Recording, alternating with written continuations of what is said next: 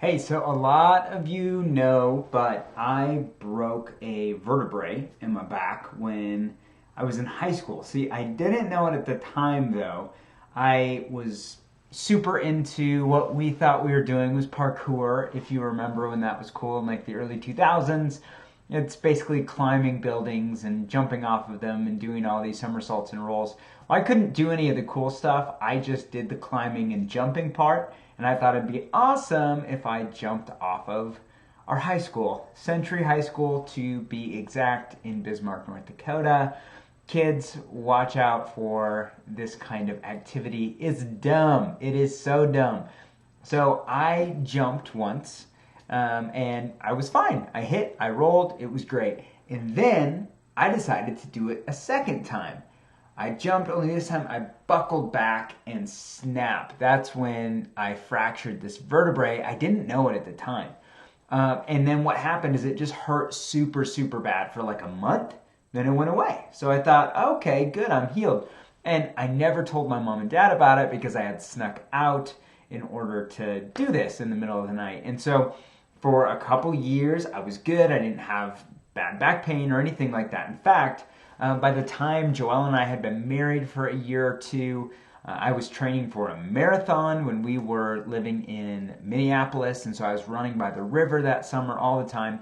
Then one day, actually, it was one night on a longer run. I think I was 5 or 6 miles away from home. I was doing like an out and back. So I was 5 or 6 miles away from home. I was almost all the way out. And I started having this like awful, awful leg pain in my left leg, like so bad I started limping. And it felt like I got shot, like right in the lower back and then all the way down, just like this line of fire down into my calf. And I could not figure out what it was. I limp back like 5 miles in the dark home, just about, in tears. It hurts so bad. And so I make it home, and then I'm laid up for days. I mean, for days, like I can't even stand up straight. My lower back is hurting worse than any pain I've ever felt. It's, sustained. And then so finally Joel's like, all right, knucklehead, like get to the doctor. And so finally, Mr. Tough Guy, I go to the doctor.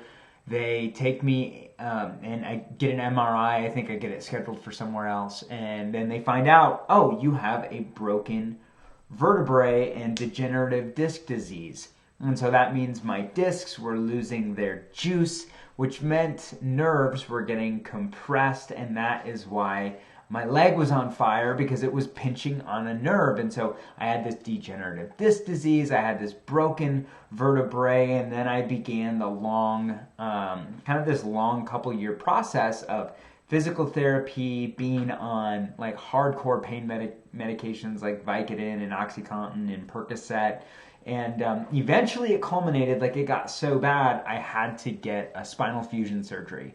And I was only 25. And that's pretty dang young to get, vertebrae fused together. And so I had to get my vertebrae fused together. And it was a bummer. Like that sucked so bad to get this surgery done.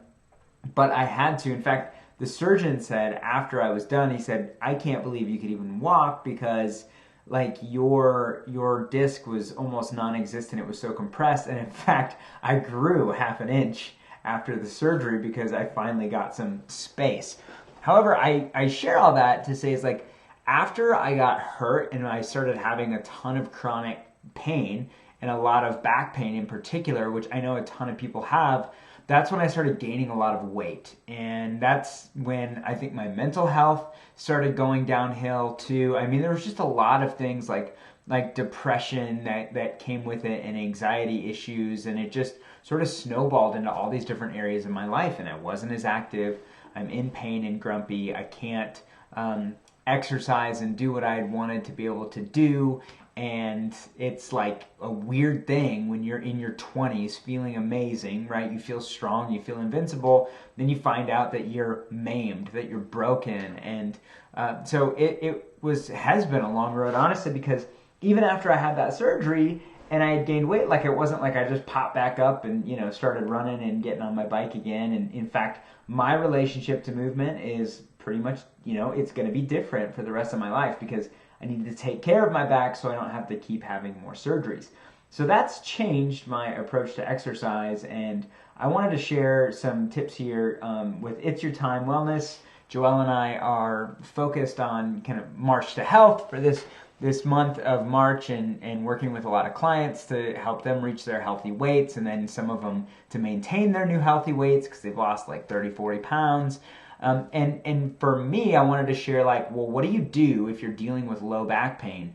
How do you exercise, and how do you go about moving? Obviously, I'm not a doctor, so take it with a grain of salt, but as someone who has dealt with chronic pain and still has back issues when I'm not careful, here are a couple tips that I'd have for you, depending on the severity, right? I mean, if you have something broken, like I had a broken vertebrae, and there's no amount of physical therapy that you can do to make that be okay forever.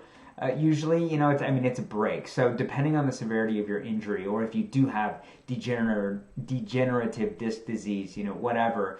But if you do have lower back pain, there are a few things you can do at least to make it better. And number one is keeping your hamstrings and your hips really well stretched out. Getting flexibility there is huge. You will not believe, your hamstrings are like a flippin' rope, right? I mean, they're thick. And so it's like, you won't believe how important those are in your back feeling good.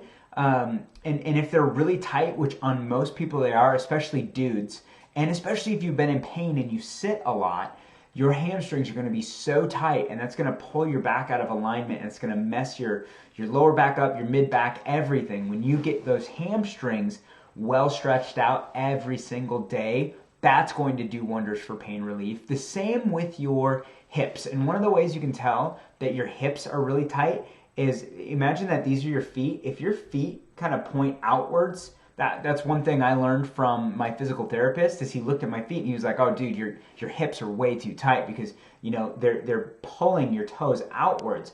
And so when you're walking, it's actually messing up with the whole mechanism and the whole train of movement that you have. And so your hips and your hamstrings, getting those really well stretched is super, super important. And then I'd say for the other thing I learned is that the exercises that you pick are going to be really important, like lots of running. I don't run anymore because that pound, it's just really tough on your body, and it's really tough on your back in particular if you're compacting those discs and your joints. It's really hard on you.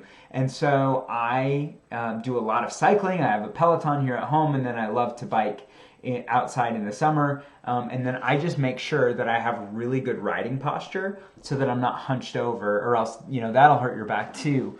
And then the last thing is, don't just stop though. Even if you are in pain, something just walking is really good, and especially if you're young. A guy or girl, walking sounds like about the most lame activity. I'm not saying you have to take weights and go like do power walking, be that person in your neighborhood, but moving and walking, and then making sure your shoulders are back and you have some pretty good posture, like that can do wonders for you too, even a mile a day. And then the last thing is, if you are overweight, especially if you have a lot of extra fat. I mean, I was like 35 pounds overweight as well.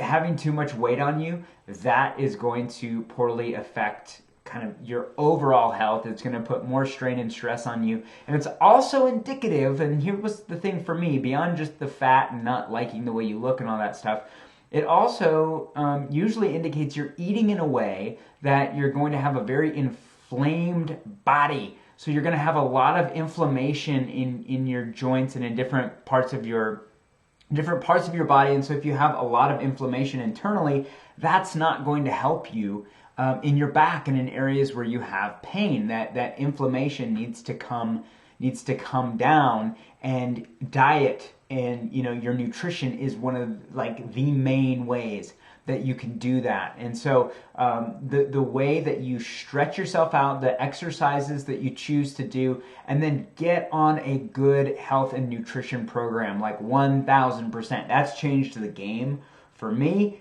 and I think it could change the game for you too. So if you struggle with back pain at all, no matter what it is, a couple things to try. I'm going to keep sharing some tips that I've learned, having back pain for the last decade, and I've got arthritis and all that stuff. So I'll keep sharing these. And if you know someone with back pain, why don't you share this with them?